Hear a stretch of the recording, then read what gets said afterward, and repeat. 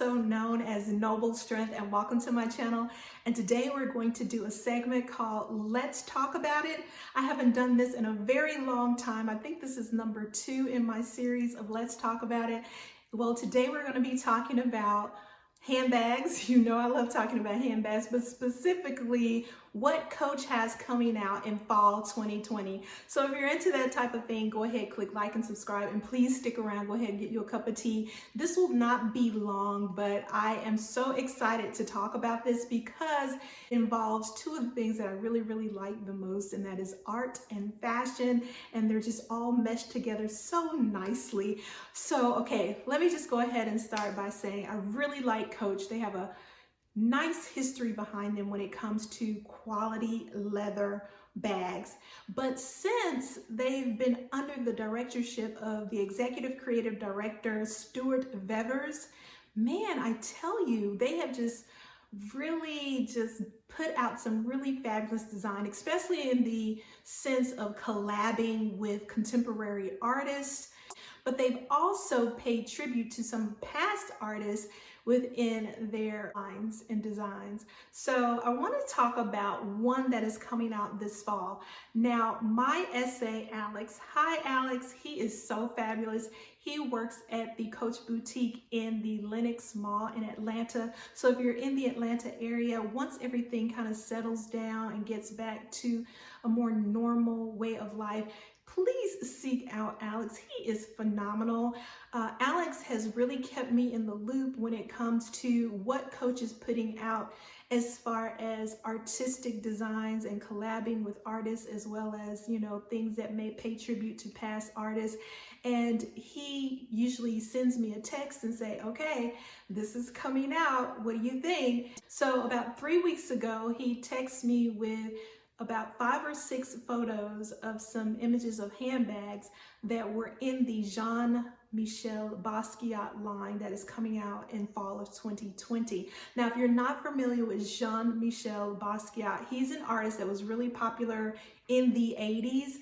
Well, he was born in 1960, so he began doing street artwork in the 70s. Him and a friend, Al Diaz, would go around and do these cryptic graffiti writing. So everybody was wondering who was doing these, you know, things around town in New York on the lower, I believe it was the Lower East Side of New York, if I'm not mistaken. But anyway, he made a name for himself in the 80s and became very well known. And he was a very young artist because he started embracing his art in his teens, like 16, between the ages of 16 and 18, and just really went full force in his early 20s and really made a name for himself.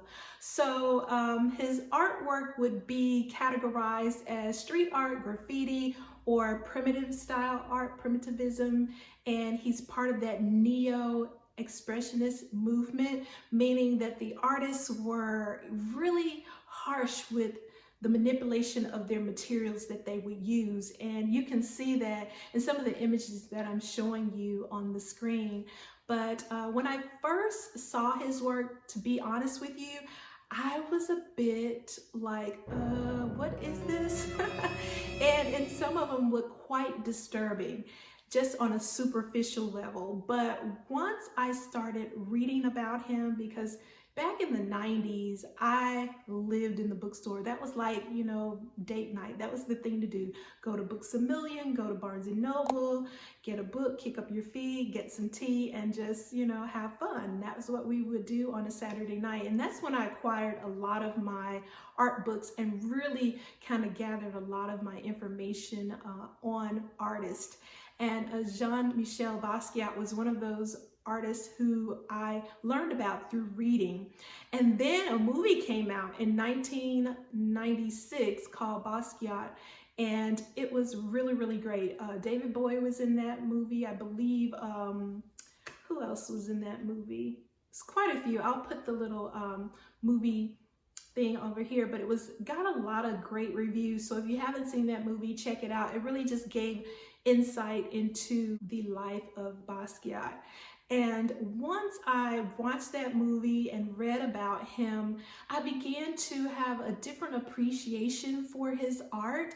It was no longer just disturbing, but it was passionate, because this was a young man who was very conscientious about social issues, and there was a lot of dichotomy in his artwork.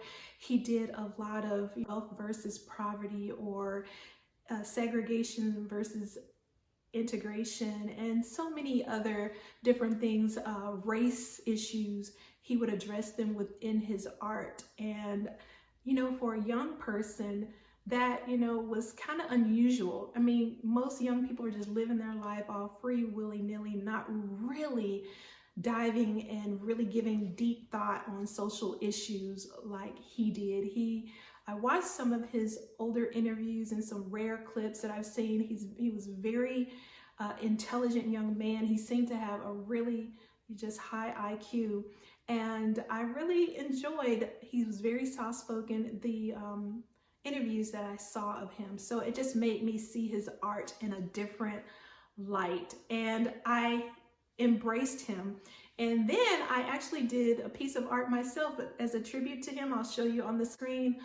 There's an image of him where there's like a kind of cropped image of his face, and then there's a silhouette of a hand writing, and within that image are some symbols that were very recognizable within his work, like the crown, the airplane, and some other things. But he was often associated with Andy Warhol, one of his contemporaries, because they did some collaborations together back in the day. But unfortunately, his life ended abruptly because of drug use, and he died of a heroin overdose at the age of 27. So the fact that he left behind all of this work, and now under the directorship of Stuart Vevers, Coach is bringing his artwork to a new generation of people. Now that I've told you a little bit about Jean-Michel Basquiat, this is the bag that caught my eye. Like literally, it caught my eye. And I'm not really into white bags, but the simplicity of the structure of the bag, along with the simplicity of the Basquiat images and writings on the bag, it's just so kind of like simply understated yet artistic. I just absolutely love it. And this is the one that I would love to have in my collection. I'm not sure what the price range are on these bags, but I am going to guess that they're around the $500 mark. So I'm saving my money now. And I think it's very interesting that a lot of the art that has been incorporated into Coach are like from the 80s. I think that has a lot to do with the age of Stuart Vevers, because he was a child of the 80s, having been born in 73. That would mean a lot of his childhood was in the 80s. So I'm sure he draws a lot of inspiration from that time period. So the other thing that I have just got to have, these circle bags that Coach is also including in the fall 2020 line. These circle bags actually sold out when they did their premiere showing of the fall 2020 designs, and they incorporate designs that drew inspiration from the 80s. And I'm showing you on the split screen. Aren't they just fabulous? I have just got to have one. So I went and clicked on it, and lo and behold, of course, they're sold out, and I'm hoping that these designs will come back prior to fall coming, which I'm sure they will, but I've got to be ready. So that's why I'm saving up now. But I just wanted to share this with my other Coach lovers, or Coach appreciators, or art appreciators, anybody who likes fashion and art and Coach. I thought I would share this with you, give you a heads up. And I want to hear from you in the comments below. What are your thoughts? And had you heard of the artist Jean-Michel Basquiat? And what are your thoughts about his work? Were you like me? Were you kind of like, I don't know? Or were you right away like captivated with his style of work? Another thing that has got me excited about this Coach Fall 2020 line is how they're playing around using form. They have cylinder-shaped bags, cube-shaped bags, circular-shaped bags, pyramid-shaped bags. I just love what they're doing. It's so avant-garde. Let me know what you think in the comments below. Thanks for taking taking the time to tune in. I hope everybody is well wherever you are in the world. So remember to be a good steward of all that God has given you, because he truly loves us so much, and so do I. I'll talk to you later. Bye.